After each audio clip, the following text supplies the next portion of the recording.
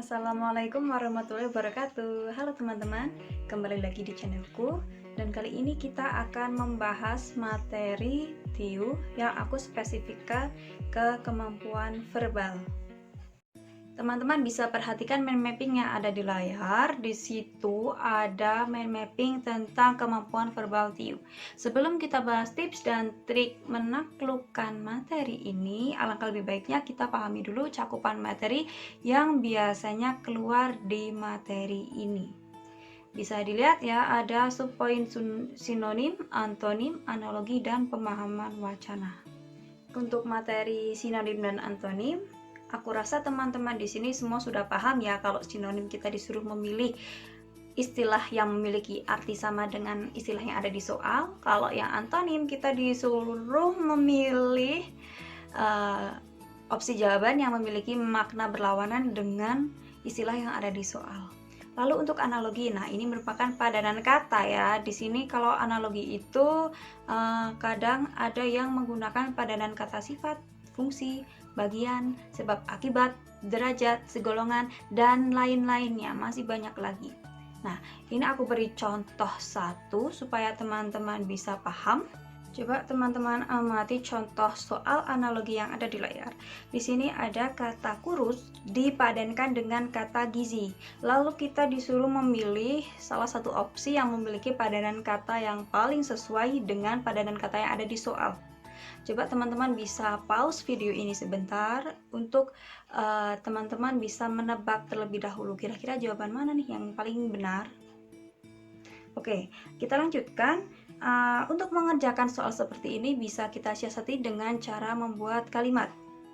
Kita lihat di kata-kata yang ada di soal, kurus dan gizi. Kira-kira apa sih hubungan antara kata kurus dan gizi?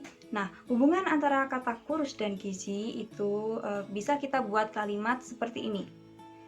Kurus itu karena kekurangan gizi.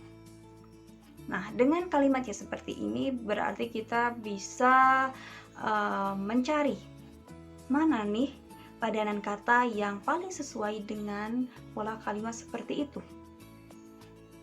Kita coba satu persatu ya. Gemuk dengan lemak untuk opsi A. Gemuk dan lemak itu kan kalau dibuat kalimat gemuk terjadi akibat karena kelebihan lemak, padahal tadi di opsi jawaban di opsi soalnya itu kekurangan ya, berarti tidak sesuai. Yang B, sakit dokter. Sakit, ketika orang sakit maka dia akan pergi ke dokter, berarti tidak sepadanan ya. Lalu yang C, pendek besar. Pendek besar ini kan tidak ya, itu kan merupakan padanan lawan kata. Lalu yang D, pintar belajar. Supaya menjadi pintar, maka kita harus belajar. Tidak sepadan. Lalu yang E, bodoh ilmu. Bodoh itu terjadi karena kekurangan ilmu. Maka jawaban yang paling tepat adalah jawaban yang E. Lalu untuk materi pemahaman wacana, tes dengan materi pemahaman wacana itu mengukur kemampuan kita dalam membaca suatu wacana dengan efektif, sekali baca langsung paham. Nah, itu tadi cakupan materi kemampuan verbal yang biasanya keluar di tes SKD. Kita lanjutkan ke tips dan trik menaklukkan materi kemampuan verbal TIU. Bisa dilihat di layar. Tips dan trik aku bagi menjadi dua subpoin, ada rajin membaca dan rajin berlatih. Kita bahas terlebih dahulu subpoin rajin membaca. Dengan rajin membaca, kita bisa menambah perbendaharaan kosakata kita.